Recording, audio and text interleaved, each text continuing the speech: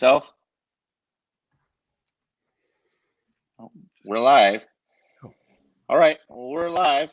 We're having a little bit of an audio issue for Chuck, but welcome to Sports and Drafts. I am Dave. He is Chuck. Hopefully, he will be on very shortly. So he's trying to get his audio issues figured out. So hopefully, you all can hear me. If you are able to hear me, put a comment on there because how we're set up, I can't hear myself. So if you can respond, that would be great. And hopefully Chuck gets up here in a second. So what I'll do is I will start off with our beer portion of the show. We always start out Sports and Drafts reviewing a beer that we have selected. And I was lucky enough to have my friend Eric come down from Portland, Oregon last week, and he brought me a beer to have on the show. And this beer is from the Prodigal Son. So I have this nice t-shirt I've had for years. Prodigal Son in Pendleton, Oregon is a great brewery. And I would recommend you are in the Pendleton, Oregon area. The beer that he brought me is a Huckleberry Wheat. So here's the color of that beer. It's about 5% ABV. So pretty light. It's real light. Tastes delicious in the summer. When Eric got here, he brought it on in his check bag. He brought it in a growler, and he told me to add lemon to it. I tried that when I first had it. I don't have lemon in it tonight, but it was good, very refreshing with a slice of lemon in it. But it's very good beer. If you know anything about the flavor profile of huckleberries, you know they only grow in the Pacific Northwest. So it's very cool that I got this beer from him, that he brought it down for me and I could try it. I've tried several of the beers at Prodigal Son, but I had never had this one before. So very, very happy to have this. So thank you once again, Eric, for letting me have this Prodigal Son Huckleberry Wheat to try. So, and I hear Chuck now, so I think he's back on. So you can hear me. What beer do you have this week, Chuck? Oh, thank I can hear goodness. You. Oh, awesome. I have so many pairs of headphones around me now. I think I'm just going to listen to you and drink beer. Actually, I went back to one of our local breweries, and Wolf Creek Brewing here in Santa Clarita. And I actually I'm trying out a new, it's called Outlaw. And I don't think I've had this one, or did I? No, I don't think I've had this one. We're going to say I haven't. And it's an IPA. Not always the biggest fan of IPAs, but Wolf Creek Brewing, they put out a lot of good beer. There's a lot of it that I like. I enjoy it. They have a blood orange that I really like. They've got some porters and stouts that you can only get up there. Well, I mean, you can get them down here at the restaurant, but the brewery has them. We go up there for flag football events and stuff. And so I really enjoy their beers. They put out a lot of good stuff. They have a restaurant right down the street from us. You can go in and you can just buy the 6-packs out of a refrigerator by the front door. So that's kind of nice as well, which is what I did today. But this is it's an Outlaw IPA. It's not for sissies, so it says on the back. It's an in-your-face West Coast IPA that will grab your taste buds with Galaxy, Mosaic, Citra, Eldorado, and Summer hops. That's a lot going on in there. They combine for a dangerously good beer. You may be straight-laced, but take a chance and get dangerous. Being bad never tasted so good. So it's a nice, what I like about it, and a lot of their beers, it has kind of a dirtier look through it, cloudy, and a lot of their beers are like that, and they're very flavorful. Actually, if I smell this, it smells kind of fruity, and but I didn't catch up any fruit in it. So it has a 6.8 alcohol content, and they sell it in 16-ounce cans. That's a first for them. All the others are 12-ounce. So enjoying the pint, and that's my beer for the week. Nice. Wolf Creek Brewing Outlaw IPA. So enjoy your brew. I'll enjoy mine. And so what happened last week? What have we missed? Because I'll tell you, when we get down, I guess what I didn't like, I'll get my bonehead move of last week that's affecting me this week. So So what happened this last week in sports? Well, college football, there were some big games last week that were on the what to watch. Oklahoma ended up defeating undefeated at the time Baylor, so they won by 3 points. So now Baylor has. Thanks, Larry. Thanks for checking in and letting me know. And so Baylor's now no longer undefeated, which helps for all the playoff voters, and they've moved down the rankings. It helped Oklahoma out a little bit because Baylor was undefeated in ranked, so it didn't hurt Oklahoma. Oklahoma actually had their biggest comeback in school history to win this game by a field goal. So it was a very exciting game. The next game, Georgia, ranked number 4, played number 12 ranked Auburn. Georgia ended up winning by a touchdown. That was a game for us Oregon fans. Kind of wanted Auburn to beat Georgia, give them their second loss, kind of knock them out of the playoffs and show that Auburn's a great team and our only loss was against them at the very end of the game. Unfortunately, that didn't happen for my Ducks, but it still, I think, shows that Auburn's a very competitive team, even though they lost. So that was a little unfortunate. And then Clemson, they played Wake Forest. Wake Forest actually had a good record at 7-2. And I thought it was crazy that, the spread was so big on this game, as I mentioned in last week's show. But Clemson ended up winning 52-3. So it looks like whoever does the spread really knew what they were talking about, even though Wake Forest had a great record. They were no match for Clemson, and Clemson just dominated the whole game like one of the games they'd have at the start of the year, which is kind of like what Alabama's doing right now at the end. They have these week scheduled games at the end of the season. And we'll get to that at the end of the show on what to watch. We'll talk about that a little bit later. So that was what happened in college football. Men's college basketball. Number 3, Michigan State. I told you last week, Seton Hall is my sleeper this year. And Michigan State's ranked number 3. Seton Hall's ranked number 12. And Michigan State did win this game, but they only won this game by 3 points. So I'm glad to see that I was kind of right where Seton Hall was right with one of the best teams in the country, a team that's, Michigan State's projected to maybe win the championship this year. And Seton Hall was right with them. Their main player, Seton Hall's main player, Miles Powell, had 37 points against Michigan State. And if you know college basketball or watch college basketball, it's not the NBA. That's a lot of points for a dude to score in a college basketball game at that high level. A lot of these players that are player of the year candidates, things like that, might score low 20s. It's not the NBA. They don't score 30 a lot. So that was a big game on a big stage for that kid. He's like a 6'2" point guard. Hit quite a few threes. So great game. That was a great game last weekend. And then that was the main game to watch. Going towards the NBA. So NBA now, we're still early in the season, but we're kind of figuring out what teams kind of look good now, who looks kind of solid. Early in the season, the Clippers were they went on to play the Rockets. The Rockets actually won by 9 to beat the Clippers. Harden had 47 points in that game. And after the game, Russell Westbrook came out and was kind of throwing some shade on Patrick Beverley and said, yeah, he's got you all fooled with how aggressive he is in his talk, and he's supposed to be this great defensive player. Well, Harden just dropped 47, so how good of a defensive player is he really? Or is he just loud and runs all over and bugs people? But is he stopping anybody? Russell Westbrook doesn't think so because he just got like 47 dropped on him.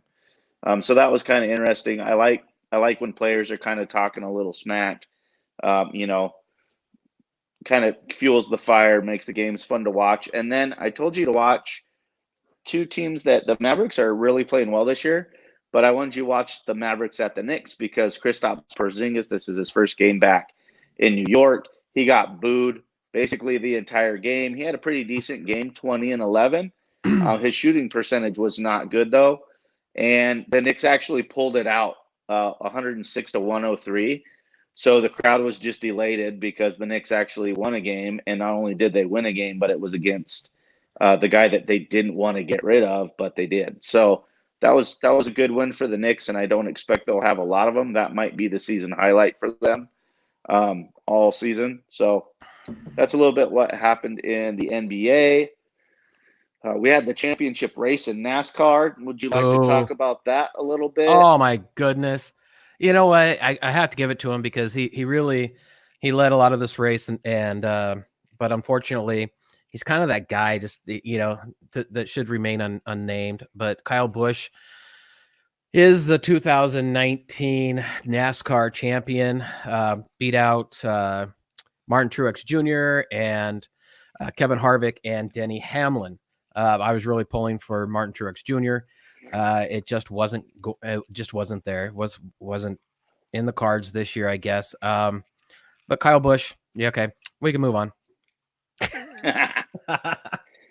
All right. And then there's a few things that I wanted to bring up that happened last week. They weren't on my what to watch because they were just kind of things that happened that I didn't really kind of know what was going on before last week. But one of them was Colin Kaepernick. He held a workout in Atlanta.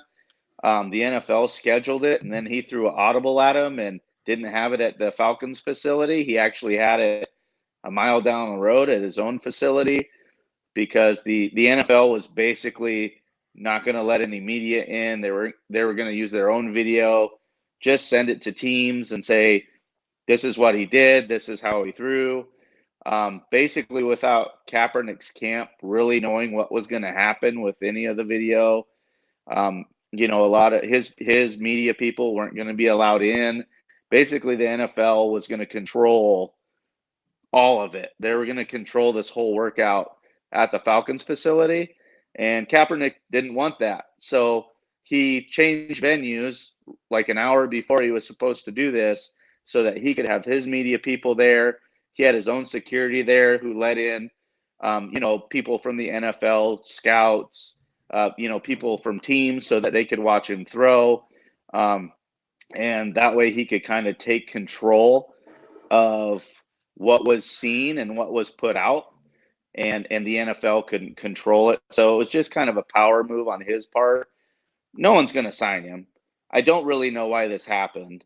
It was more kind of like he threw really well from what I've heard. He still had arm strength and all that stuff. But then he kind of had a speech afterward. He took some questions, made a speech, and it was basically kind of like a middle finger to the NFL, really. Just like, yeah, you haven't let me play for 3 years, and I can obviously still throw the ball.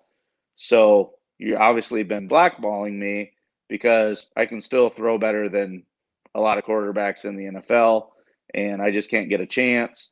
And so ball's in your court. Teams call me if you want, but I don't see anyone calling him. He hasn't played in 3 years. If you got receivers on the street and stuff, there's lots of dudes that can look really good throwing a ball with no defense and throwing routes, and you can get high school kids to do that. So what does that really show? It was just weird. I don't really know why this happened, but no one's going to care about it in like a week, and no one's going to sign him anyway. So, I can tell you why it happened, because maybe teams need quarterbacks, and maybe an individual team here or there would like to bring Colin in and just say, hey, let's work out. Come in for a day workout.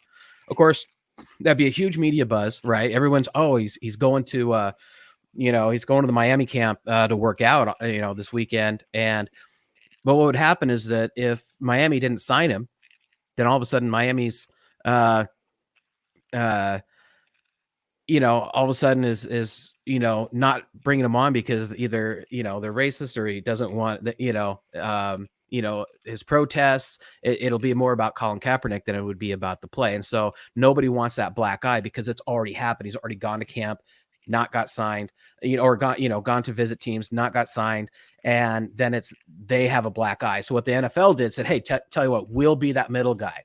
We'll protect you. We'll invite everyone out. We'll have a workout day for Colin Kaepernick. Send your teams if you want. 25 of the 32 teams showed up. We're scheduled to be there, and Colin was allowed to bring his own film crew to the Atlanta facility. And, you know, and when they sent him you know, he had an issue with the new waiver. The media, you know, I can understand, hey, let's open it up to the media and see what they think. That way it's just a second set of eyes. I don't care about that. Let anyone you want in. But he had a place, a facility, you know, a high level workout facilities with receivers and equipment and everything that they would need. And, you know, I thought that he just backed out at the wrong time. I still think with his Kunta Kinte t-shirt, he was still protesting. This was about Colin Kaepernick. I don't think he wants to play football. I just, Nah, you know, I don't either. Yeah. So, I mean, but, you know, Larry seems to think that, you know, from when they post on the videos, his 5-7 back looks good and hitting his targets 30-40. You know, again, without defenders and without a rush, you know, what's that look like? There's probably a lot of good quarterbacks out there that could throw those routes and look good. I'm not taking anything away from the guy's skill. I don't care if he plays. I don't have any ill will against this guy in playing in the NFL. If a team can use him and be better by using him, then that's great for them. I just, you know, it just turned into a media circus when it could have just simply been a workout, you know? And yeah, I agree.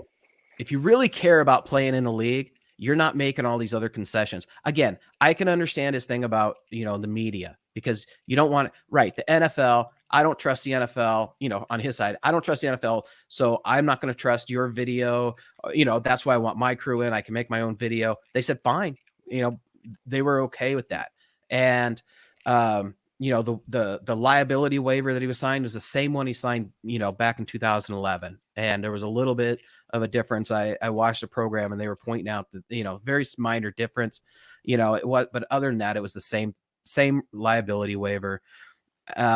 You know, he could have shown up at the Falcons facility, worked out, and who knows, somebody could have shown some interest and said, you know what, we'll bring you in on the bench, we'll sign you, finish out the year, maybe on the bench, maybe you'll get a shot to play, and then at least he's on a team, and you know, and maybe he has a chance to play. I mean, the first thing is to get on a team, right? Then you focus on your steps, get on a team, then try and play. So, hey, Eric, what's up? Back at you. Thanks for joining us. So, yeah. So you guys had a fun time Sunday, yeah? Yeah, we did. I mean, it wasn't the outcome we wanted, but it was fun. And I'll get to that when we talk about Okay. things I liked. Gotcha. Yeah. Another thing that happened last week, it came out. Mike Fierce came out, pitcher from the Astros a few years ago when they won the championship, 2017, and basically just whistle blew that the Astros were technologically stealing signs that season and in playoffs and that. And so that's been big news about what's going to happen, and investigation on the Astros and how they were doing this. And, you know, it's kind of like Spygate with the Patriots all over, but with baseball. So we'll see where that goes. I thought it was kind of weird. I mean, why would this guy come out now? Right. And say that? It was a couple years ago when it happened. He must have wanted to win, because he didn't have this conscience while it was going on, and I'm sure he knew it was happening. So kind of a weird time to do that, but who knows? So that was another thing that came out. So if you're a Houston Astro fan, I'm sure you're pretty happy to hear about that. How you cheated to get your World Series title in 2017, but who knows how many teams are doing that similar stuff. I'm sure as they investigate, they'll find out other teams are stealing signs too. I mean, it's copycat league. As soon as someone figures something out, it's hard to keep it a secret. I'm sure there's different ways other teams do it too. So I wouldn't be surprised to hear that as this story kind of builds and we learn more about it. And then something in the NBA happened. So Carmelo Anthony got signed by the Blazers, played the other night, and he had 10 points. He played against the Pelicans. The Blazers lost, which is crazy. I'm really kind of not impressed by the Blazers so far at the start of the season. But he was only 4 for 14, so not a great shooting percentage. He had 4 rebounds also. But he had 5 turnovers in 24 minutes. So trying to get back in the swing of things. I did read that he was very happy to be back out on the court. Very thankful that the Blazers signed him, and he's looking to help Damian Lillard out and C.J. McCollum, who's had a slow start to the season, take some pressure off of Lillard as far as on the offensive side, scoring. They did feed him the ball quite a bit. He took 14 shots in his first game, so we'll see where that goes. But it's something to watch. I mean, the guy's back in the league. He's always been a scorer. That's what he does. And people say, well, he doesn't play defense. Well, guess what? Most of the league doesn't play defense. So who really cares? We'll just see if he can put a spark into the Blazers and take some of that heat off of Lillard and help them start to progress as the season goes on. Better that he starts now early in the season than they try to pick out him up later after the All-Star break, trying to make a push. And then it looks more like of a desperation thing, where now they can get him into the fold and he can get some practices in and kind of, be here early in the season better than mid or late season. So that's kind of what happened last week. Oh, that's awesome. I forgot what I was going to say. This whole mic headphone thing at the beginning of the show where it just got me all rattled. Got you flustered. Yeah, I know, right? Come on, Chuck, be professional. So anyway, so what are some of the things you liked this week, that you saw this week? Things I liked in the NFL this week, Baltimore is dominant again. I would say if I had to pick a team that's the hot team right now in the NFL, it's definitely Baltimore, because they're playing better than average teams, if not some of the better teams in the league, and they're just blasting them out of the water. Mark Ingram came in after, the game and basically said, my quarterback, Lamar Jackson, should be in the lead for the MVP. He's basically unstoppable right now. He had another, I think, 4 touchdown passes and like 86 or 89 yards rushing on top of it. I was looking the other day. He's ranked like top 10 in rushing as a quarterback in the league. Yeah. And he's throwing touchdown passes every game. So I think he's fun to watch. I think, wasn't it Larry last week? We were talking about our midseason MVPs. I think Larry might have chosen Lamar Jackson. Somebody on our show last week chose Lamar Jackson as his MVP. And so that, probably shows he knows more than we do at this point right now. Absolutely. So, and then the other thing I liked was the 49ers comeback win against Arizona, who played them good the first time and then really had them. The Cardinals had them most of the game. They were dominating the game almost the whole way through. So if you didn't see that, the 49ers were down by a few at the end of the game and were able to go ahead, and then they iced it. My friend Robert, who was in Vegas again, took a hard fall on that last play of the game. Talk about some of the bad beats. He had a 3-game parlay where he picked the Patriots to cover 4.5, which they did. He took the under on the total score for the 49ers and Cardinals, which was 40.5, and it ended up only being like 24 points or something like that. He got the under on a game. So he took the Cardinals, and the line was 10. And so the last play of the game, if you didn't see it, the Cardinals try to do that. Let's flip it back and lateral it to get down the field for a desperation touchdown. Well, they flung it back into a fumble, and the 49er defense, the last play of the game, scooped it up and scored to make the 49ers win by 10. So at that point, his bet's a push. So he went from going to win hundreds of dollars to winning nothing off of the last play of the game. And he texted me. He was in a bar that had a lot of 49er fans in it, Ellis Island in Las Vegas. And he said he was so happy. And then the last play of the game, he just wanted to go out of that place swinging.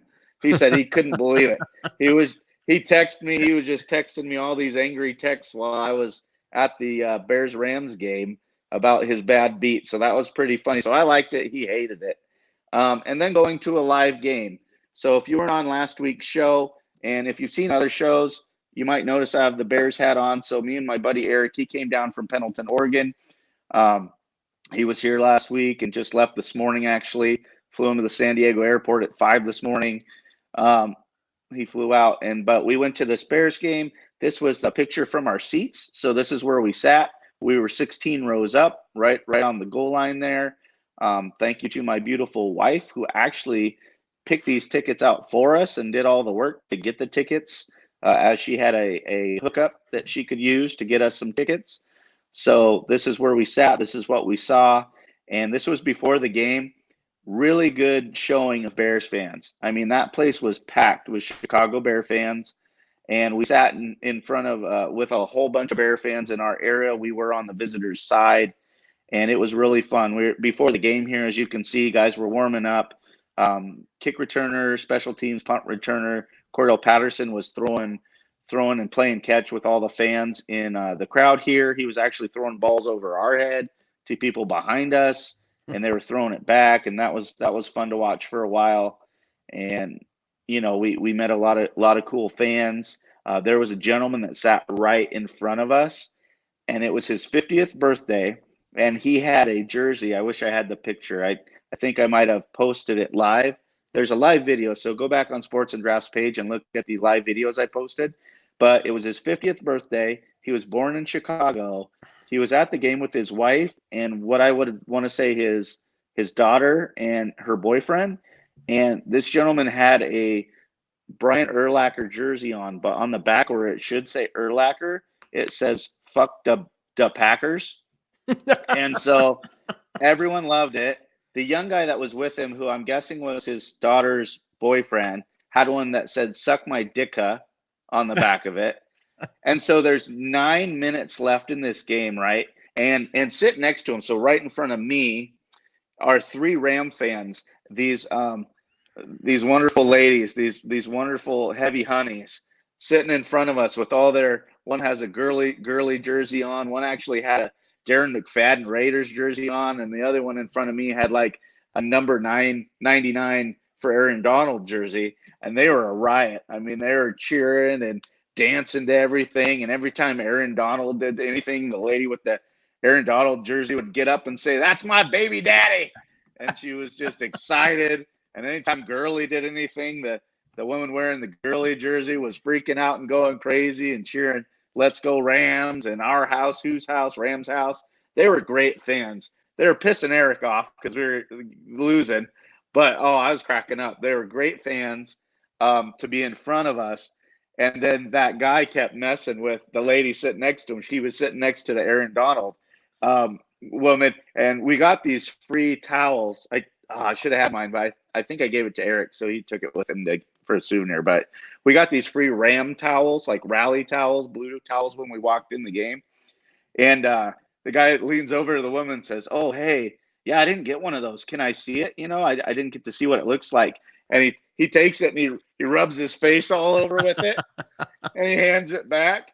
And she's like, "Oh, you nasty. You getting all your Bears sweat on my Rams towel?" And he's just laughing, and he hugs her, and they're laughing. And so it was really good fan experience until 9 minutes left in the fourth quarter. Yep. Security comes down, tells the guy to come over, tells him some stuff. He comes back, and he says, "Someone said they're offended by my jersey. I either have to take it off or turn it inside out, or I have to leave. They're going to kick me out of the game." And so we're like, "Oh, that's stupid." Even all the Rams fans were around him. We're like, "Who would do that? Like, that's dumb. Like, your jersey is hilarious, And so he goes, "You know what? I'm not taking it off. They can come back and kick me out." And the guy's 50th birthday, and he was a big guy. Like, he was probably like 6'5", 270, and not real fat. He was a big dude. And so, yeah, that was like 10 minutes later, security comes back down, kicks the guy out, doesn't say anything to the kid that has the "suck my dicka" jersey on. So apparently the F word trumps that. But Yeah. so they're kicking this guy out, right? All the fans around us are just booing security. Boo! And this guy walks out of the stadium flipping everybody off. He's like, F you. And he's got a big smile on his face. And his wife went, but his daughter and the kid stayed. And they didn't leave with him. But we were like, dude, 50th birthday, what a great story this guy has for like the rest of his life. But it was like, you're going to kick this guy out, 9 minutes left? Like, where are these people been the whole game that just now are offended by this? Like, really? The game's almost over. Why would you do it now? So everyone was just, not happy about it and felt bad for the guy, but he left in epic fashion, and good for him. We were proud of him as a fan, and he was a funny guy. He was messing with the girls next to him the whole time, and really good spirits, and they were giving it back to him really good, and it was a good group of people around us. So we didn't get the result we wanted. It was 7-17 loss for the Bears. Watching it was just tragedy to see only 7 points, 2 missed field goals by the Bears kicker in the first half. So it was a crazy game, kind of low scoring game, but that's how football goes sometimes. Sometimes you don't go to games where there's a ton of points, and that's fine. But yeah, it was a good experience overall. The only bad experience was going to the bathroom at halftime, and I should have waited because that was the worst setup I've ever seen in my life for a stadium. And I've been to a good handful of stadiums. I left right when halftime started. I missed Big Boy. Big Boy from Outkast was the halftime show. Missed all of it. Left right when he got onto the stage. And I got back, and there was only 11 minutes left in the third quarter. So I also missed part of the third and all of halftime, trying to get through the mosh pit that is the LA Memorial Coliseum at halftime.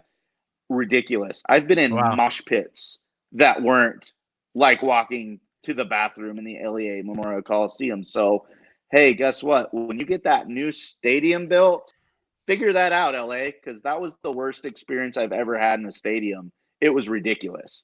And everyone in there was pissed off because everyone felt the same, like, this is ridiculous.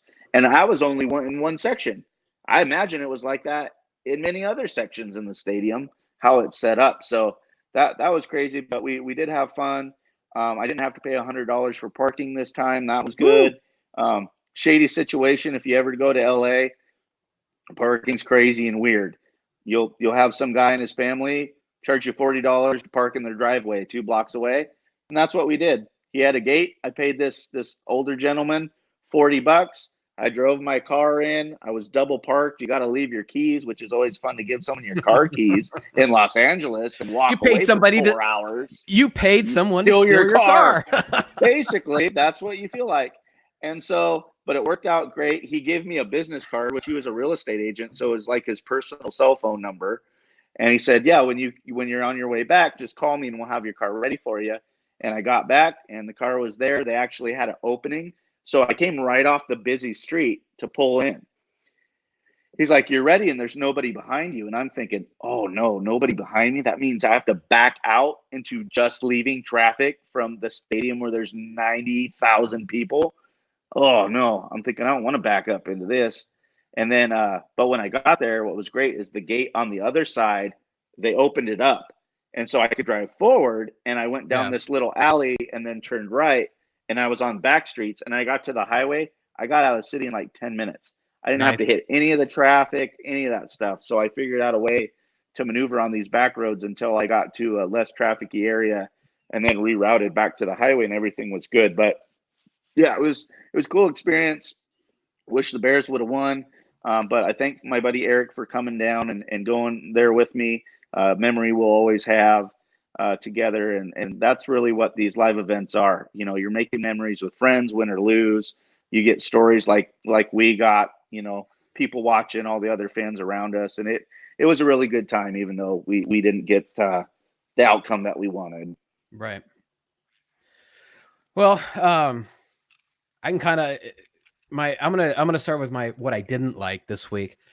Simply, it's really all I got this week. I didn't like that last week I picked my midseason rookie of the year. Trying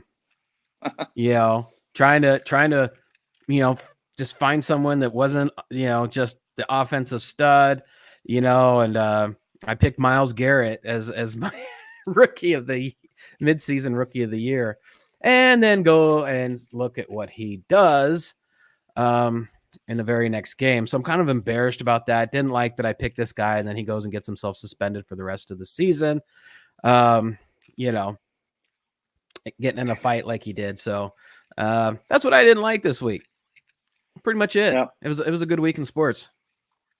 That was also mine. I mean, mine was the Bears losing in front of my eyes, and then Myles Garrett. I'd never seen anything like that. I mean, I kind of had, when you see like Raiders footage from the 60s and 70s, you'll see some similar Lyle Alzado type thing, but he never connected with anybody. And he was usually swinging his own helmet. He didn't beat someone with their own helmet. So, yeah, that was just kind of weird watching that play out.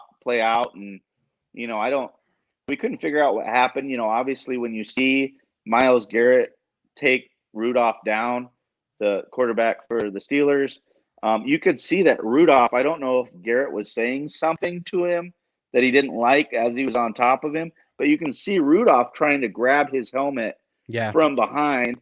And I think that's kind of what provoked Myles Garrett. And so once he got up, he's like, "Oh, you want to take off helmets? You weak little quarterback? I'll show you how to do it." Yeah. And then he ripped his helmet off of him. But, I mean, swinging it at a guy, you never can do that. I mean, if he, like, you could see he did get a little piece of him because Myles Garrett's nose was bleeding a bit. You could see after the whole melee. And then the guy that got suspended from one game, I can't remember what his name is, but the defensive tackle or something from the Browns comes up from behind and knocks the quarterback down. It's like, really? You chicken shit? You're gonna push a quarterback from behind when you're a defensive tackle like that? And so he only got one game. But, it's just like, man, I don't know if he'll get charged with assault, or something, because it's kind of unprecedented. I mean, you've seen guys punch each other, but they usually have their helmets on. But for a guy to swing a helmet like he did, I mean, if he would have really connected, like between that dude's eyes, man, Rudolph would have been in some major, major pain, major situation there. So he's lucky he didn't get him as good as he could have, or it could have been way worse of a situation. Yeah, I was reading that Garrett might have found a loophole that I guess maybe in a collective bargaining agreement you can't get an indefinite suspension for on-game activities. So I don't know, but they say, okay, well, it's like indefinite. Okay, well, let's just say 8 games then, which is the rest of the season, and then we'll go from there. So I think they might just have to put a number on it, but. Yeah, it just sucked. It was just kind of an embarrassment. End of the game. Didn't need to happen. I don't know what happened with Rudolph. It did look like, watching the video, that he was doing some stuff down there. I don't know what, but he probably was I don't know. I think he should be fined at least, maybe even a game suspension if he was really doing something down there, or if they determine that, you were trying to actually, this is, don't kick the dude in the nuts. And Pouncey. It's you never want to do that, and but so it just needs to. It's unfortunate for this young rookie, but it sends a good message to literally every single player in the league, whether they listen or not, or pay, give it any credence. They'll, sometimes they're just going to do what they're going to do and say F it and in the heat of the moment, but hopefully this goes away quick and we can just focus on the positives of the rest of the games in this league and the rest of the season. Yeah. So you made up a little bit of distance on me this week in picks. One game. And I have to give a shout out. Last week's show, Amber picked Miami, and she picked who did she pick? She picked the Jets, but the one she got right that we didn't. I know one of them was the Browns. She took the Browns. So she got that right one, and we got wrong. And I believe there was another game she picked last week too that was different than us, and she got right. So shout out to you, Amber. You were a pick legend last week on the spreads. You did better than we did, so I had to shout you out for that. Good job, Amber. Yeah, well, I remember us telling her, "Hey, Amber, you can come back here next week and tell us we don't Yeah, know what we're talking about." Hey, yeah, we do this for fun, and so last week you went 3-2, and I went kind of the opposite, 2-3, and and I think I got these nice little banners. Might as well use them, right? I left in the word last 2 weeks. Nope, this is just last week. Dave went 3-2, and I went 2-3. So overall, Dave's at 25-29, and I'm at 29 or 25-29. I'm 29-25. Say that quick 3 times. So we're still real close. A lot of football left to play in the season, and so hopefully I can get some distance with this week's picks, which we'll go ahead and start with the Seahawks and the Eagles. And the Eagles are favored by 1.5 points. I'll take the Eagles on this. Yeah, it's the lowest spread of the week. So this was the lowest spread, was 1.5, and the Seahawks are coming off of a bye, and they have Russell Wilson. So I'm going to take the Seahawks. Yeah, you can say the word Russell Wilson, and it's a good pick. But I'm gonna take. I thought, I unfortunately I didn't get to watch the end. I watched the Eagles Patriots game, and the Eagles were winning that. Then they let the Patriots back into it, and that's just what the Patriots do. But I would pick the Patriots to beat the Seahawks also. So I'm going to take the Eagles. I think the Eagles are a better team than the Seahawks. So some weeks. Moving on to the Packers are visiting San Francisco. And basically, San Francisco is getting the home field advantage of 3 points. And what do you think there? I would love to take my 49ers, but I think this is going to be a really tough game, especially after how the 49ers had to win against Arizona last week, and the Packers look to be a much better team than the Cardinals. This game also got moved up. It wasn't going to be a primetime game, but they scheduled it now to be, I believe, the Sunday night game. Yeah, flex. So they flexed it. So it'll be on TV on Sunday night. I believe it's Sunday night game. And I'm going to take my Niners. I can't not take them. They're at home. It's just a field goal, but maybe that winning the way they did at the end of the game against Arizona will kind of give them a lot of momentum to feel like, well, we can make things happen. Garoppolo had the best offensive performance for a quarterback for the 49ers last week, albeit against the Cardinals, but it was the best statistical game by a 49er quarterback since 1993. So I'm going to ride the momentum, and I will take my Niners at home on prime time. I am, the way you started this, I thought you were going to take the Packers. I'm like, oh, he's going to take the Packers? Just can't do it. Yeah. I thought that's where you're going to go, and I was going to be surprised because I was like, oh, yeah, this is where we're going to set ourselves apart because I'm taking the Niners also. You know what? I think the game with I really think the game with the Cardinals, I think it's a matchup game. They only beat the Cardinals by 3 the last time they played, 25-28. And I think it's just the Cardinals match up well. It's just a game of matchups, and Cardinals only won one game, they tied a game, and they've lost everything else. And I think that at some point they have to get better. You can't just go a 1-win season if you're the Cardinals, unfortunately. But I just think it's a matchup. I think the 49ers. I think the 49ers win this game. And Aaron Rodgers has been playing some good football, so that's a tough one to pick. But I'm going to pick the 49ers also.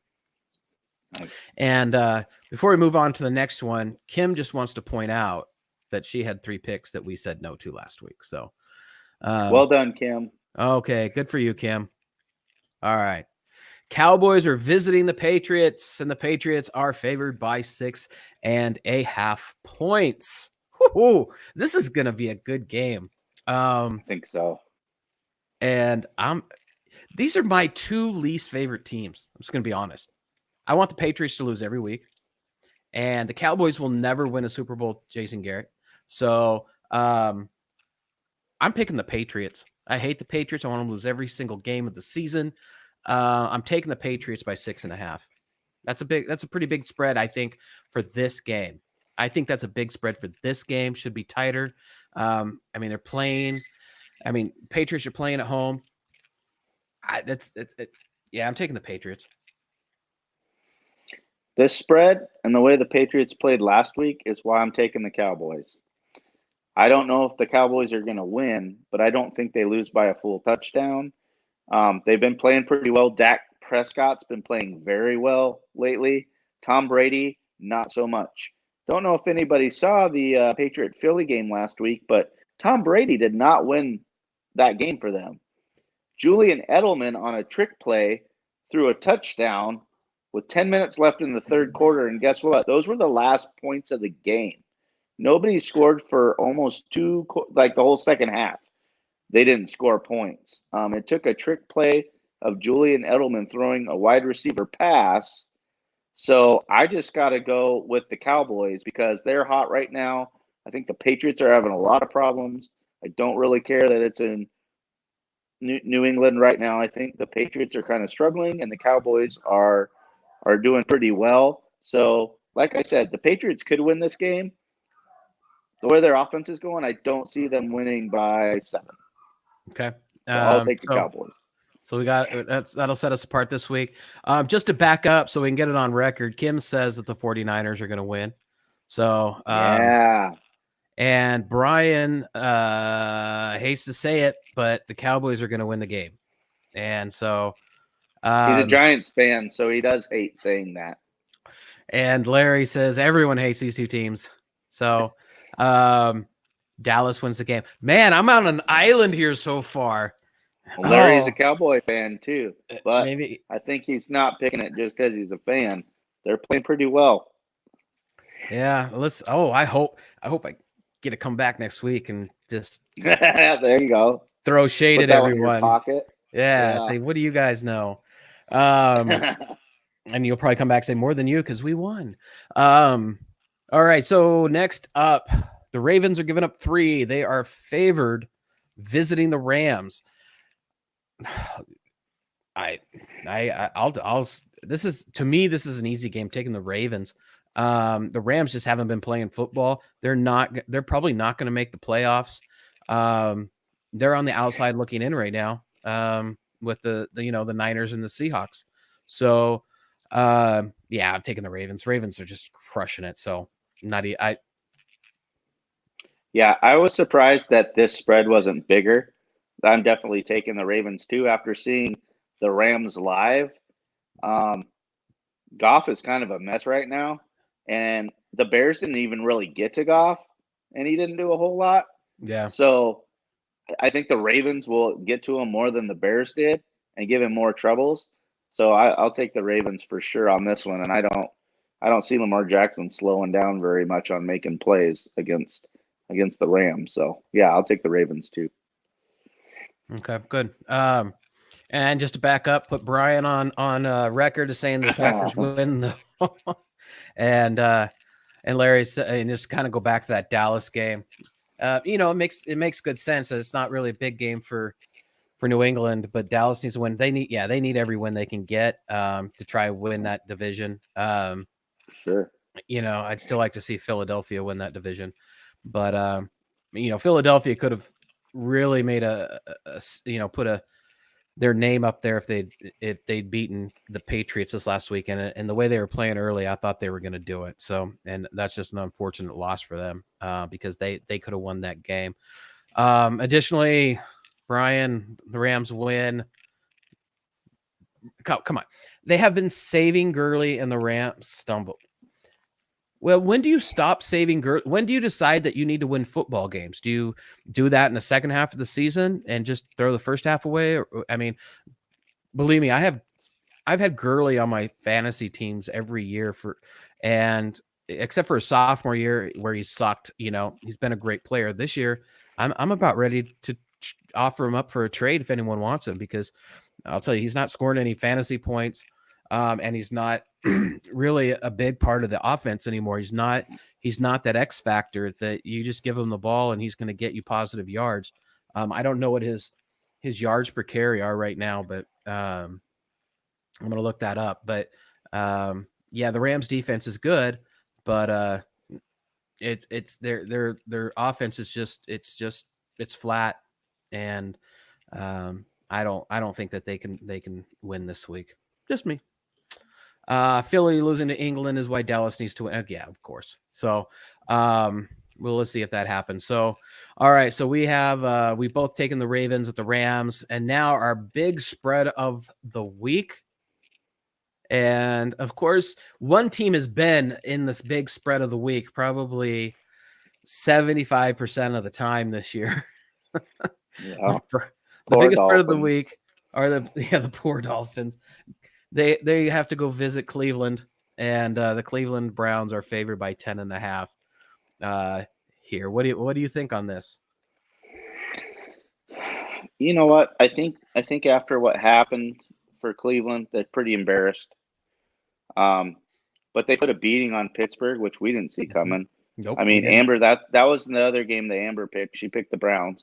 But we, Steelers had won 3 in a row. The Browns hadn't been playing good, and the Browns handled the Steelers, and not only that, beat their quarterback up.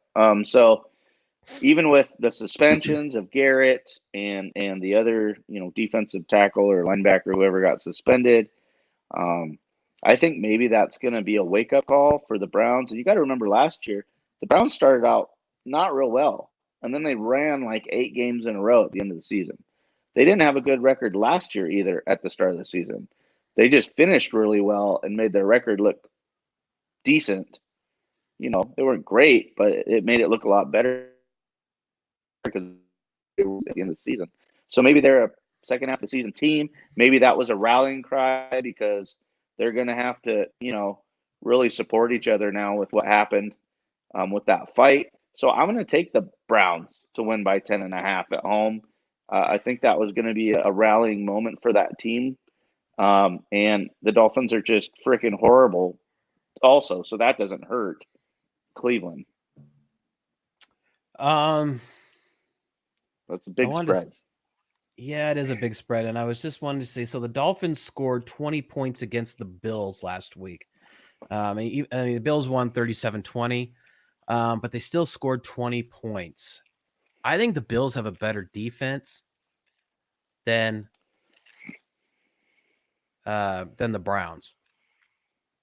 Oh man, I want to go opposite you on this, because maybe it's 10 points, but not 10.5. And I'm gonna take. I think I still have a 3-game lead on you, or 3-game lead on you. So I'm gonna go with the Dolphins this week. It just that they won't lose by 10.5. I'm just gonna throw out that 0.5 there. And so Larry agrees that the Dolphins still can't tank, so they win this in Cleveland. And Brian says that the Dolphins will also win outright. That is a bold prediction right there. Can happen. And other than the Pats, Ravens, and Chargers, they've been in every other game. So, yeah, it does look like Ryan Fitzpatrick has found a little bit of mojo with his offense. They're starting to settle down and make things happen. They're at least putting something together, some semblance of an offense. And so I hope you guys are right, Larry and Brian and me, that the Dolphins will at least cover the spread. I'm not going to go so far as to say they'll win, but that I think that they should cover the spread. So, so those are our picks for the week. Off some good ones. Good.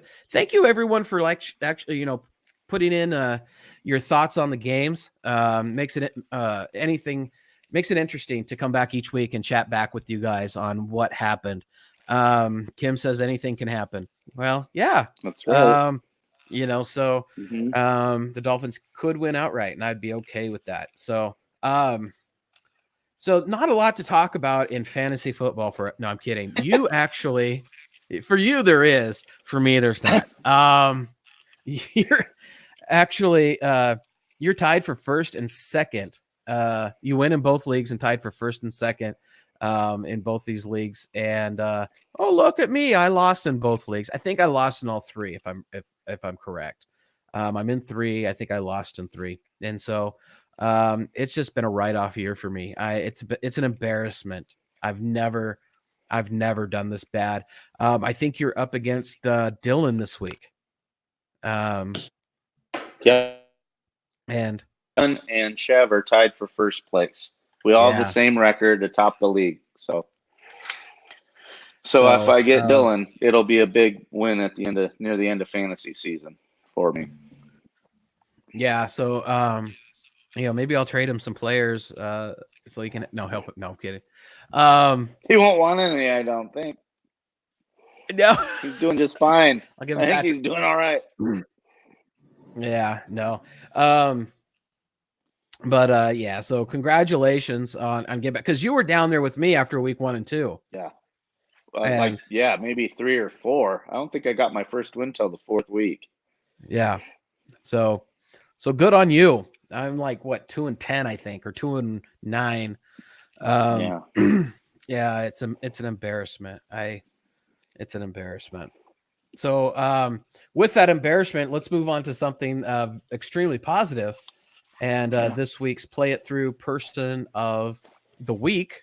You want to take off with that? Yeah, absolutely. So this week, the Play It Through individual of the week is Yetur Gross Matos. He is a junior defensive end for Penn State University Nittany Lions, who are having a great season this year, and they can account quite a bit of it to him on the defensive side.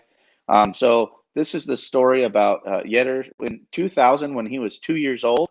His family, his father Michael and his mother went on a boating family trip at the Chesapeake Bay, and Yetur fell out of the boat, and his grandfather and his father jumped in to save him, and unfortunately his father did not come back up. He got trapped under the water and drowned, and so he basically his mother was 25 years old with 3 kids and was a widow, at that young with 3 kids. And he's always felt a lot of guilt behind this of losing his father that way, his father passing away saving him. And so his mother went on. She became a police officer in DC. And while she was working there, she met Yetter's stepdad, Rob. And they got married 3 years after knowing each other. And Rob adopted her kids and became Yetter's stepdad. And they grew up together. And Yetter has a brother that's 2 years older than him, and his stepdad Rob was coaching their little league team in 2009, and there was a big storm coming in during the little league game, and so they were going to the truck because there was going to be a rain delay in their little league game, and Yetter's brother uh, Kalau went out to grab a baseball on the field and run back to the truck with it. And he told Yetter to stay in the truck. He would just go get the ball and be back. He went to get the ball, and his brother, that was 12 years old, 2 years older than him, and his big brother, got directly struck by lightning and passed away immediately. And his family and everyone there had to witness basically his brother and his body, and it was pretty unsightly situation. Something that he has mentioned, you can't, basically it's one of those things you can't unsee what you've seen. So not only did he have the traumatic event of his father passing away saving him, but now he also had this traumatic event of his brother being struck by lightning and passing out or passing away, and witnessing that. So, he grew up and was still raised by his mother and Rob, his stepfather, and has a younger sister. And he ended up growing up, always dedicating everything he did to his father and his brother. He was a high school standout in football. Obviously, he in 2017 decided to pick Penn State University as the college he wanted to go play football for. His freshman year, 2017, they were at Michigan State in Lansing, Michigan, and during the game, he got his first collegiate sack as a freshman. In a big game, Michigan State's a good team. That's a big game for them in the Big Ten. And there was a weather delay shortly after he got his first sack ever for rain and lightning. And he went into the locker room, and I guess his stepdad, Rob, called the coach and said, "You need to go check on Yetter," because he was watching the game and found out there was the weather delay. And the coach went and found him. He was just crying, and he thought that was a sign from his brother, and he was very emotional about it, and he keeps playing today. This is his junior year, and he keeps playing for his father and for his brother, and some happiness about this is through his dedication and this real pride he takes of representing his passed away father and his passed away brother. Is he's actually, if you look at mock drafts for the draft next year in the NFL, he's ranged to be picked from the 15th pick in the first round to like the 20th pick. So it looks like he's going to be a first round NFL draft pick next spring. And so that's maybe a little bit of a positive. He says he's really looking forward to taking that step and going to the next level, being able to provide, all these things that these NFL players get to do with their family, for his mother and his stepdad and his sister. And so just a great kid. He's got 6.5 sacks already this season. Last year he had 8. So he has a big game this weekend, Penn State, Ohio State. So if you want to check out Yetter, you can't watch a bigger game that he's going to be in than watching him this weekend against number 2 ranked Ohio State. So if you want to see what this kid can do on the field, don't know if they'll talk about him, but that's kind of the fun of this Play It Through, is that we're trying to give you people to root for. So when I'm giving you people to watch, you got a background story, and a lot of these are college kids that are playing it through that I've highlighted in the last few weeks. And I think it's important. These are young people trying to figure themselves out. They're in situations where, a lot of high stress, a lot of hard work, and they're still basically kids. I mean, they're like 20 years old, 21, have had these traumatic things happening with them, but they're playing it through and they're doing the best they can. And so he's just another great representation of Play It Through and what it's like to go through something so traumatic, but use it to fuel you to do good things and to inspire you to keep working through it and playing it through. So, yep, Yetter Gross-Matos, Penn State defensive end, is our individual of the week this week. Awesome. That's awesome. And it's so many of these people you pick, obviously you don't hear about many of them in the media and everything else that's really available to everyone. And just like you said, somebody you may want to watch, you may want to root for, and you get that backstory on their life. And, because I'm sure there's other families that can absolutely relate to a situation like theirs and get inspiration out of what you're sharing and what this young man has done as well. And so another great segment for Play It Through. Keep it going, keep the movement going. And we just really look forward to what is coming with Play It Through. So thank you again, Dave. So transitioning before we move on to what we're going to be watching this week, Larry, yes, thank you, Amber. Play it through. No matter what adversity throws at you, come out the other side, play it through, and share the positives. Larry would like to get on the record that Jalen Hurt goes to Cincinnati with the first pick in next year's draft. He just wants to get on record now. On the record. So here we are. It's November 20th and 2019, and Larry is on record that Jalen Hurts will be the first pick in next year's draft. Also, we forgot to do this at the beginning of the NFL season. We were talking about it last week, and we never did pick who we thought would go to the Super Bowl this year. And we still haven't. My pick would change now that the season's halfway over. Because at the beginning of the season, I would not, the Ravens would not, I mean, they would not have been up there to say, possibly the Ravens. And, but, right now I would probably, I'd probably say the Ravens, and I'd probably, you can't, it's almost impossible to pick against the Patriots, but it's just dumb to pick against the Patriots. Just because, they're just proven. But I'm just going to say that at this point in time, Ravens and Niners. I like it. Yeah. Ravens and Niners. That would be my pick now also.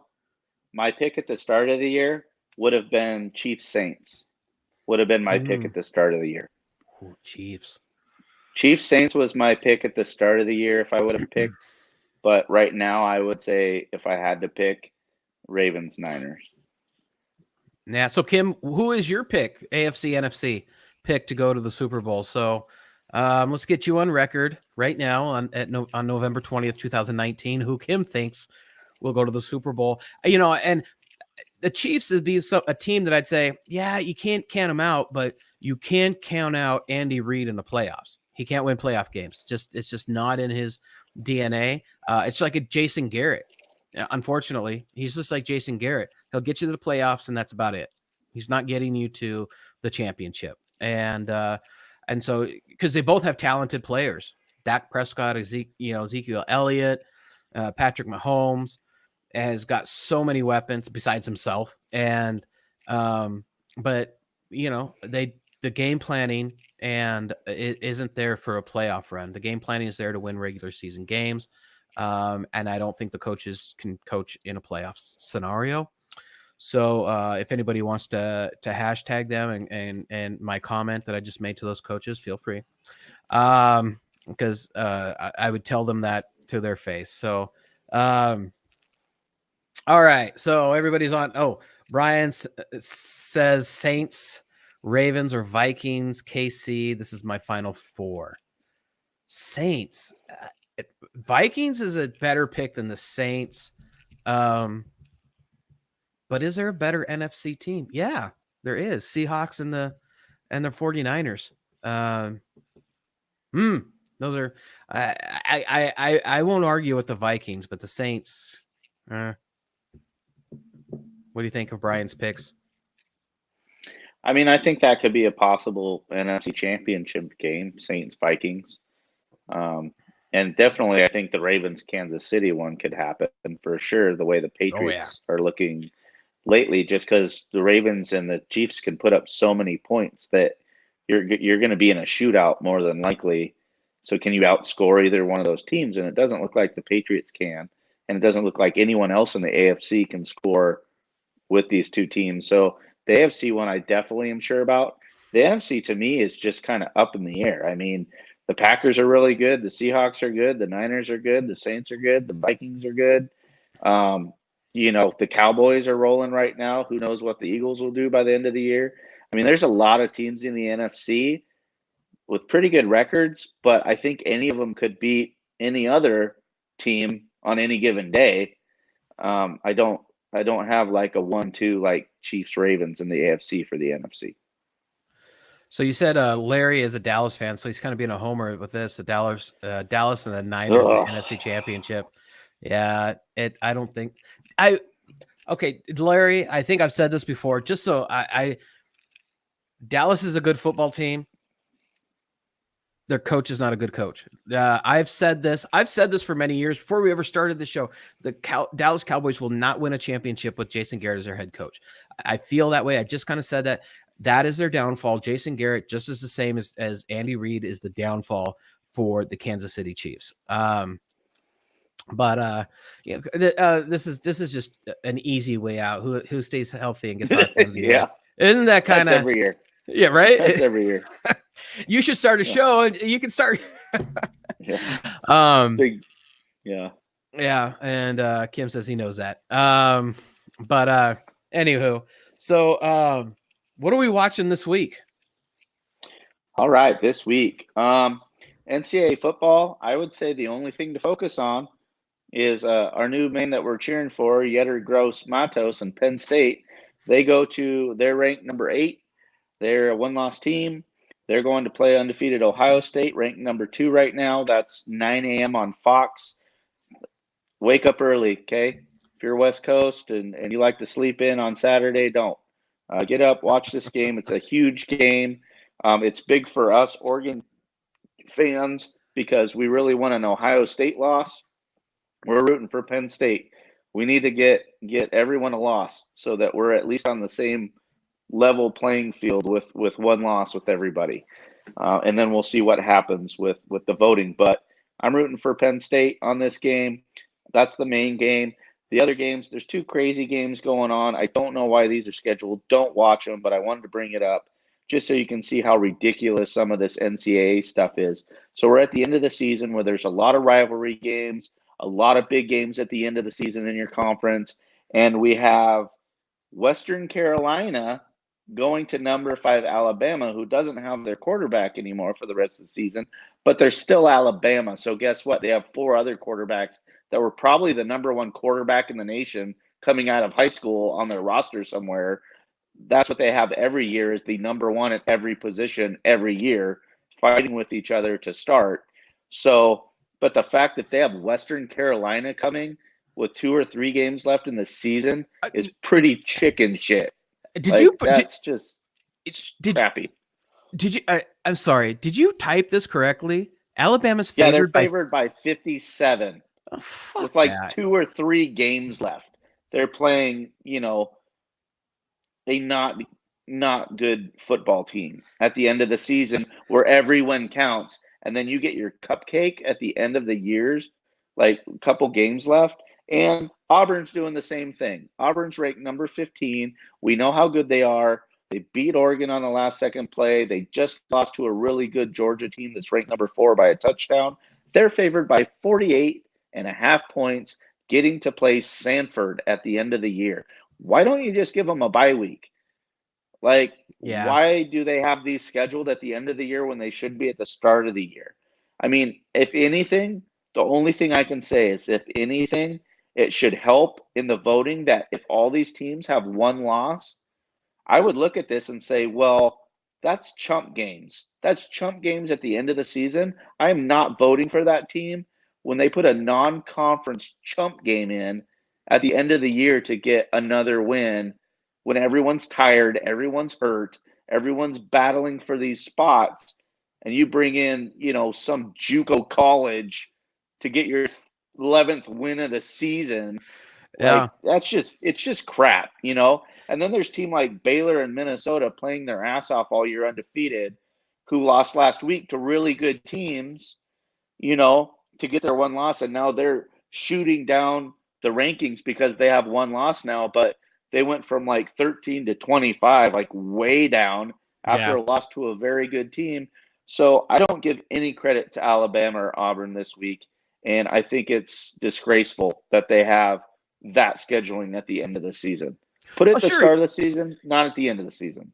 Sure, I agree, because you get injuries throughout the season, and so and then basically you're playing these like the Sanford and the West Carolina. You could afford to sit people and rest them because you're going to win, even if you don't cover the 57 or the 48.5. I can rest. I could play my second string and beat this team. So it is like you said, it's really could just be a bye week.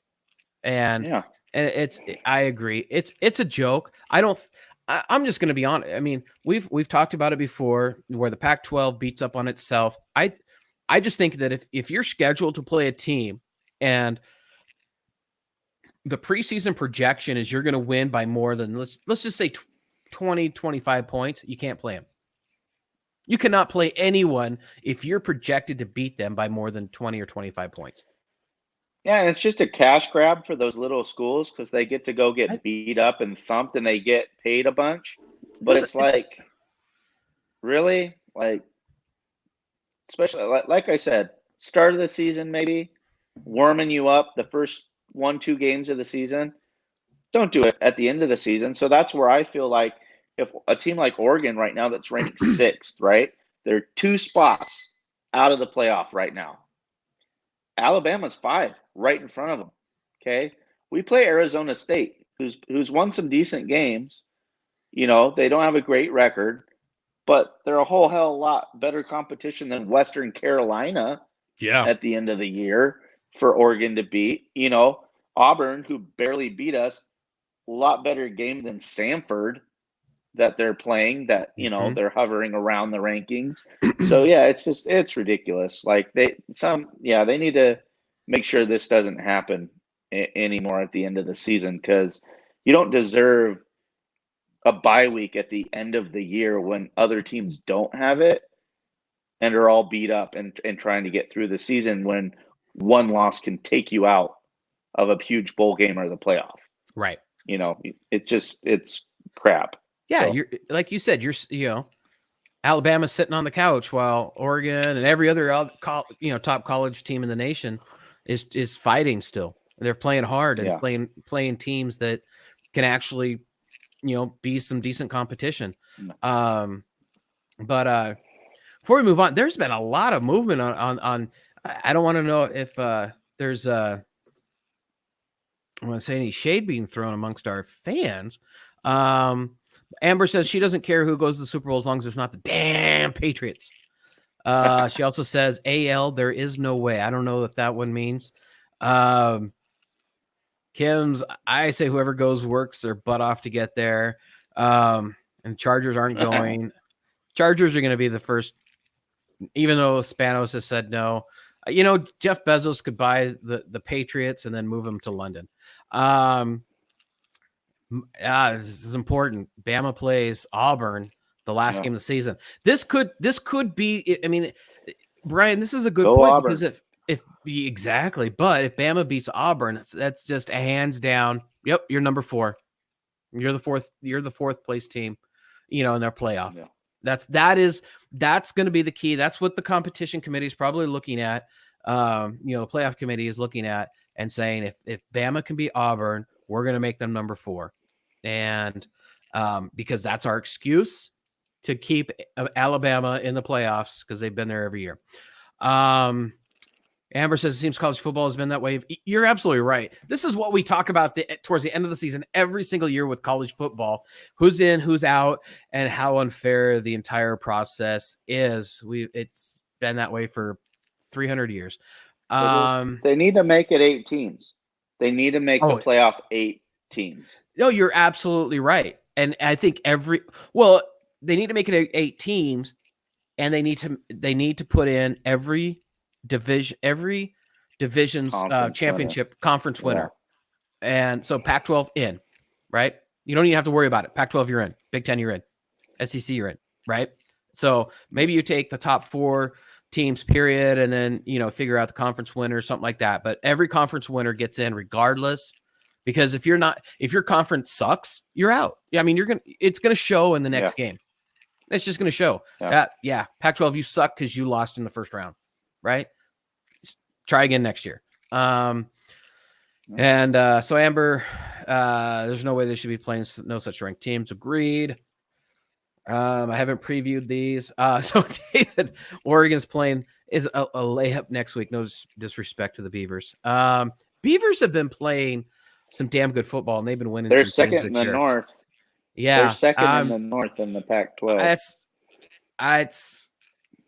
It's not, and it's always a Civil War game. I've seen when we were ranked like top 10 in the nation, and we've lost that damn Civil War game. And the Beavers only had like 2 wins on the season. So those rivalry games, throw the records out, because I've seen some crazy crap happen in a lot of those I state rivalry games at the end of the season. I watched one of the Oregon and other places. I watched next year when we had the watch party with the Oregon USC game. We were watching the Oregon State game ahead of that, and man, they looked good. It was Oregon State was just crushing. I forgot who they were playing, but it was. I'm like, this. We're really Oregon State. They put up a ton of points in that game too. I got to go back and see who that was. It was a good game, and I'm like, wow, they're playing strong. And there was someone there that was in Oregon State that went to Oregon State at our the Ducks watch party, and he was talking them up of what they've been doing this year. And I'm like, really, Oregon State? So he was putting up some impressive, at least his own impressive views. But They're not awful. So do you think you are going to expand regular season for college and NFL? It's on the table again. Not really. Yeah, college, no. NFL, we kind of touched on this at the beginning of the season. So Larry, you should have been watching us from the beginning of the season, so that's your fault. No, I'm kidding.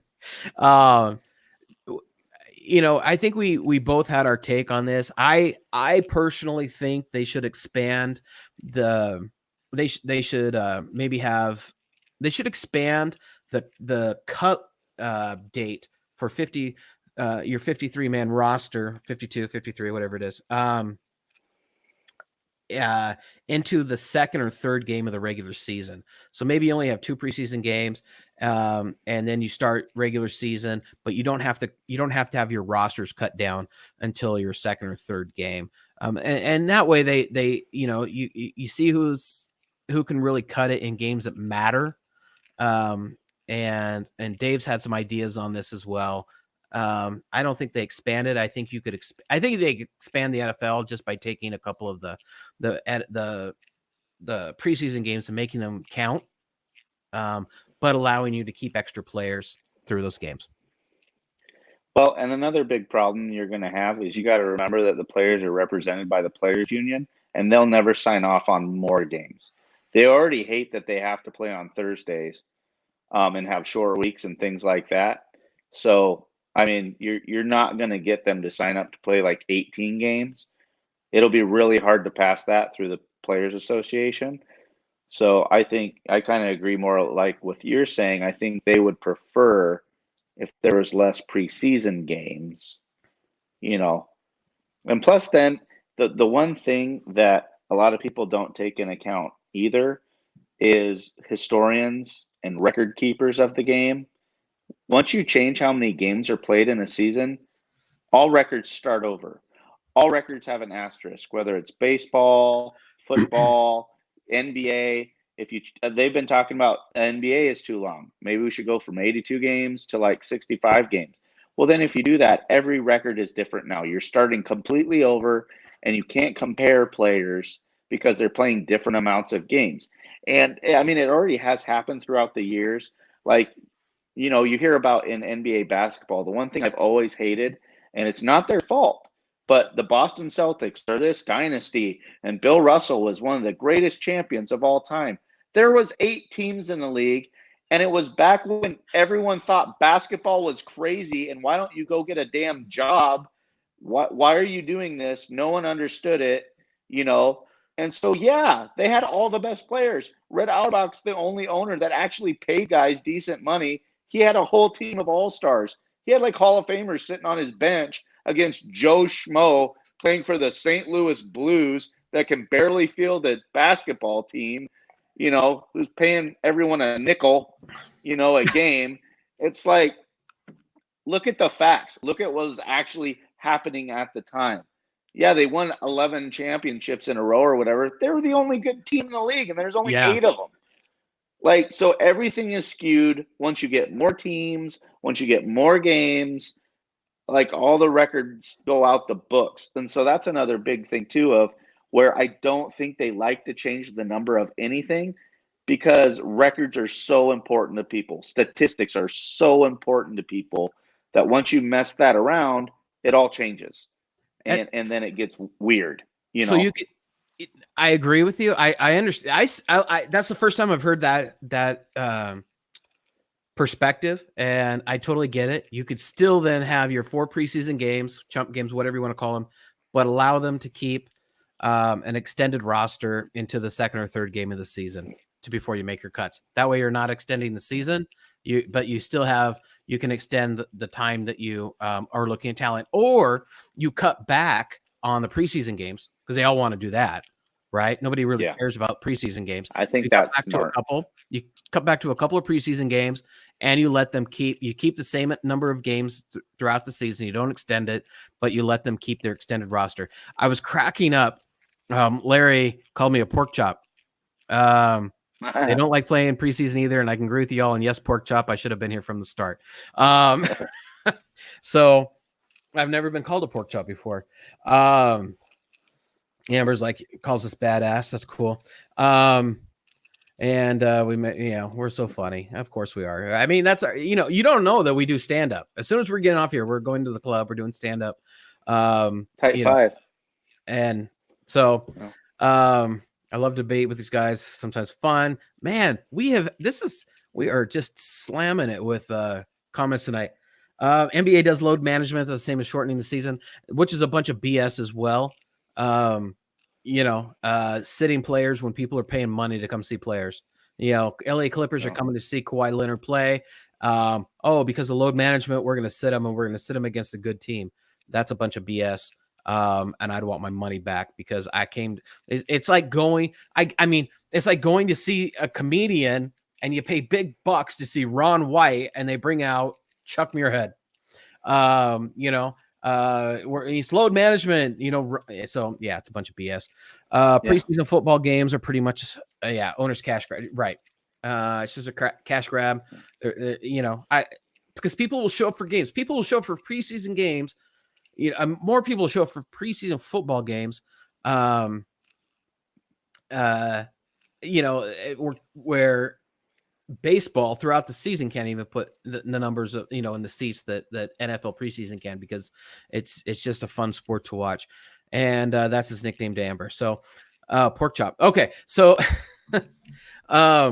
anyway, lots of great comments, lots of great feedback. So we talked a lot about NC2A football to watch this week. What's on your roster for NBA this week? So tonight there's a game going on at 7:00. So that's coming up in a few minutes here on ESPN, and that's the Kawhi Leonard. You were just talking about him. Let's see if he played. If he played last night, he's probably not playing tonight because they're holding him out on the back-to-backs. So it's the Celtics at the Clippers. Tips off in a few minutes here on ESPN. And then I have Portland at Milwaukee at 5 p.m. tomorrow night, Thursday on TNT. So if you want to see what Carmelo looks like after not playing for a while, he's going against the MVP from last year, Giannis Antetokounmpo, and a good Bucks team. So you're going to see what he's got out on the court against, some of the best players. So if you want to check out Carmelo, you can do that tomorrow night. And then on Friday on ESPN at 7:30, it's Westbrook, Harden. They're going to play the Clippers. So Paul George is back. So now you'll get to see a full Clippers roster with Paul George and Kawhi Leonard and see how that works, because that just started. Paul George just got back on the court. So those are the 3 games I would say watch this week in the NBA. There's Houston Clippers game is we've been watching basketball here in the evenings before my wife gets home from work. And Houston's been fun to watch. We've seen some Clippers games. We actually watched I don't want to say a couple of no-name teams. Memphis. I think it was Memphis and someone else. Gosh darn it, I can't remember the other team. I gotta be honest, it was like the most boring game to watch. And there was a big deal because there was a player that was hurt, came back. This is his first game back. He used to play for this team last year. And so he comes into the stadium. They do a whole big thing for him. And after the end of the first quarter, they did this big video montage for him. Must have been Utah, Michael Conley. Yes, it was Utah and Yeah. Memphis, and I believe it was Memphis. And so they did this whole welcome back. I thought it was a welcome back for a player on their team, but no, they were doing a whole big welcome back. Thank you for a player that used to play for them. And he didn't have a big game. You know, he missed a bunch of shots to begin with, getting back into it, but that's expected, getting back into the game. But we watched that game, and it was like, oh, this is tough to watch because it was just ugly basketball. You can see the difference between top tier teams, Utah and Memphis, and but that's what we had. And what the Bush won? Oh, I don't know what that is. And I guess she didn't want him to win. Who? But they're Logano fans, so they're not Kyle Busch fans in their house. Oh yeah, God, that sucks. That Kyle Busch is just a punk. I'm not pork chop. Sister's called pork chop. So anywho, get rid of that. Okay. You know who, before we go on, one of the things I didn't really have a thing I really like, and if you asked me last year, the team that's really down at the bottom of my NBA team that is the bottom of my list was the LA Lakers, and they're really up there right now, 12-2. I mean, they're fun to watch too. Yeah, you might as well just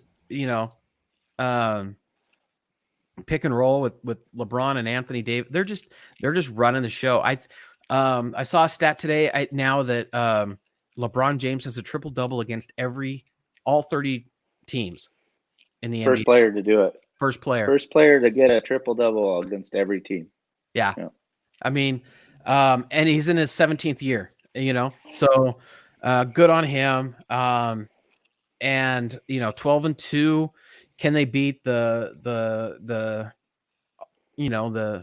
Warriors record, win record? Also, probably not. But it's a long season. LeBron's older. I'm sure somewhere around the mid season, he's going to have to sit out a few games for something. But with Anthony Davis around and everyone, Rondo and the other center guy they picked up. Gosh darn it! Why can't I remember these guys? Dwight Howard. They're a good, strong, physical team. And Brian says, "Yeah, Rondo's back now too." Yep. I had to pick up a point guard in our basketball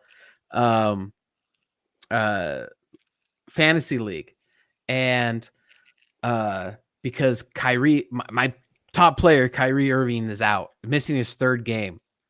So fortunately I won last week. But I looked today, I'm like, I was talking with Dylan at lunch, I'm like, I don't even look at this basketball shit each week. Well, I don't even know how to manage this. Can I change players day in, day out? I don't even know what I should be doing, And then I see Kyrie Irving out. So I just happened to look, and I'm like, oh, I should probably put someone in for him. Oh, look, I don't have another point guard or shooting guard on my bench. How is that even possible? And because I was auto drafted because I was on vacation, and so I go to the players, and I forgot who. Oh, I picked up one player, but I couldn't claim him until yesterday. Well, I need somebody in there now. So Rondo was a pick that I could put in there, but he only had like 86 points compared to other people I could pick that had like 250 points on the season. So I had to leave. Just getting going. I had to leave Rondo sitting on the waiver wire. I'm still learning all this basketball fantasy stuff. I don't even know how to manage it. I think I'm 2-2 or 3-2. Doing all right. I'm doing a lot better than football. But so I beat Eric while he was here. I played Eric while he was here and beat him. Yeah. So no, they won't beat it. Oh, they won't beat it. The regular season record, because the Lakers' schedule is very, very hard. The last third of the season. So Brian is obviously paying attention to the NBA and the schedule and what's in front of the Lakers. So good on you, Brian. All right. So what about some college basketball? What can we watch this weekend? Tomorrow, Thursday night, best game I saw on the list for the week, 4 o'clock, ESPN2.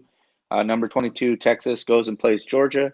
If you watched last week, you know that the guard from Texas was our play it through individual of the week last week. So you can check him out live. And then Patrick Ewing, former NBA Hall of Famer, is the coach of Georgetown, his alma mater. So if you want to see how he's doing as a coach, he's got some pretty good recruits in there. There's a YouTube legend from a couple of years ago out of high school, Mac McClung. He's a guard for Georgetown. This is his sophomore season.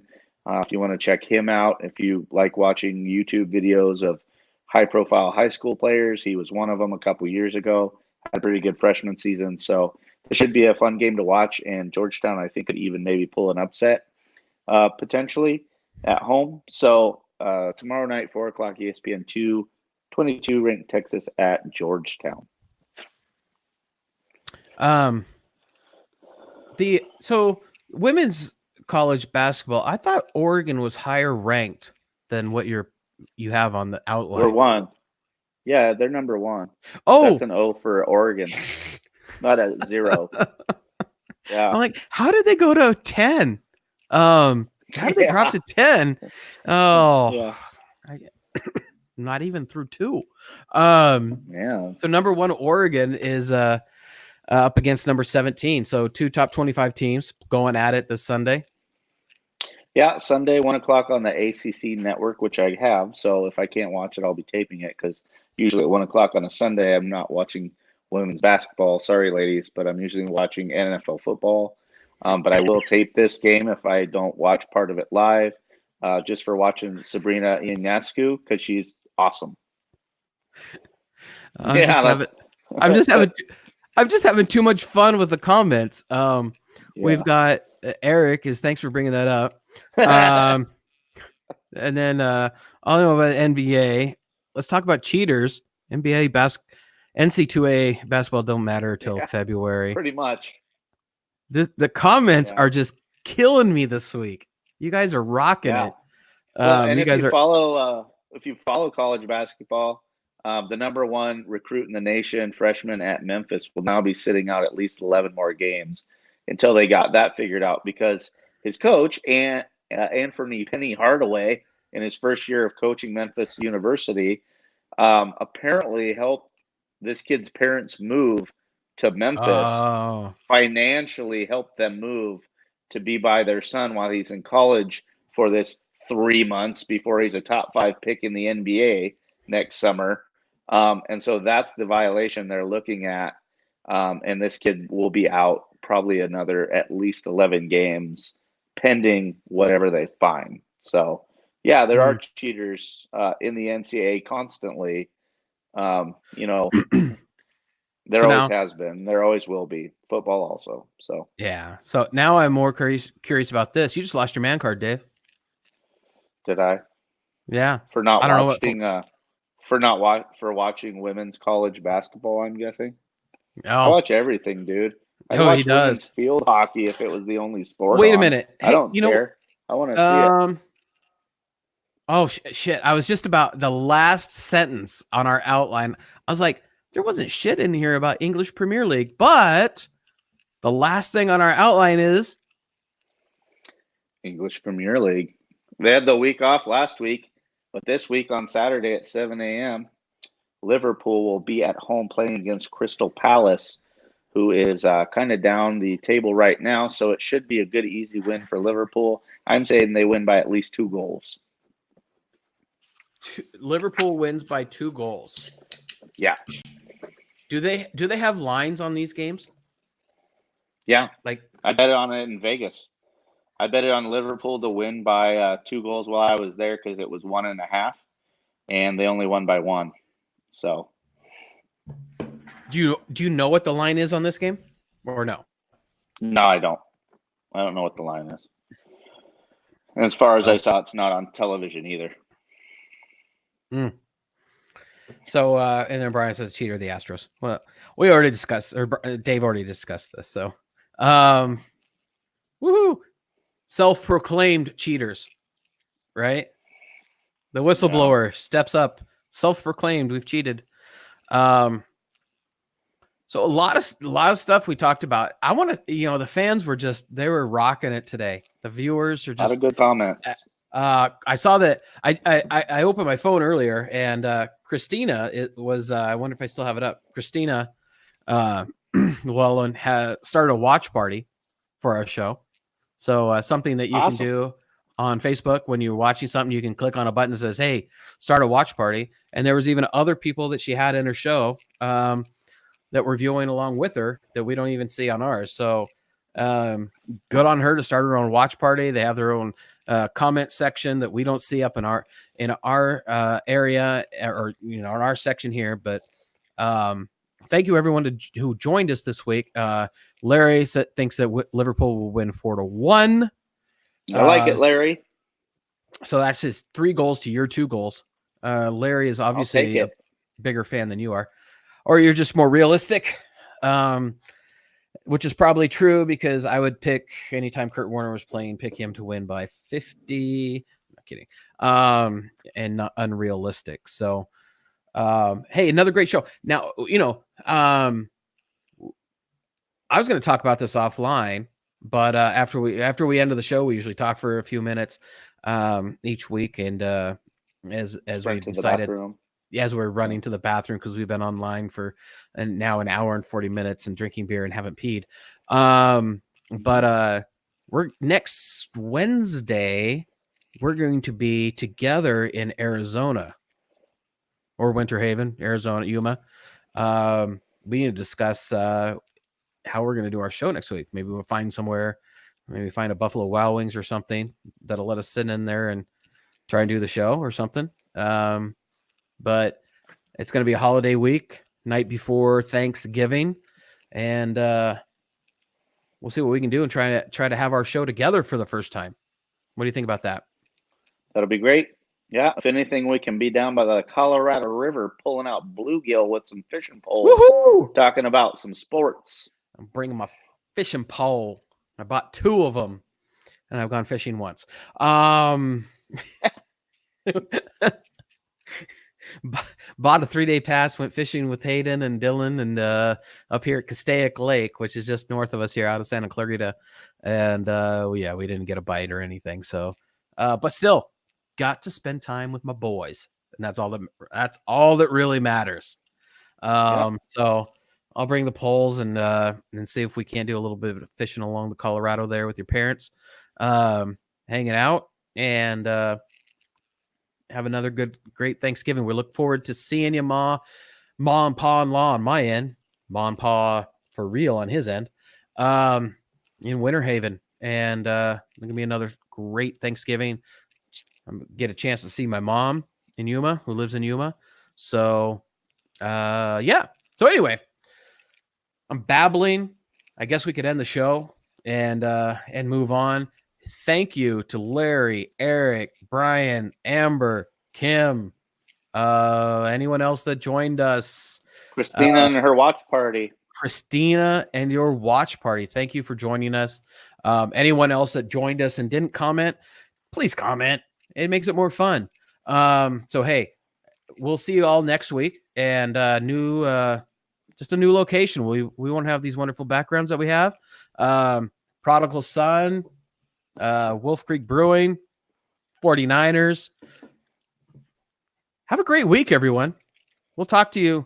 Thanks a lot, Brian. Have a Thanksgiving. Great show today. You too, Brian. And we'll see you all next week, everyone. Take care. Bye now. Cheers.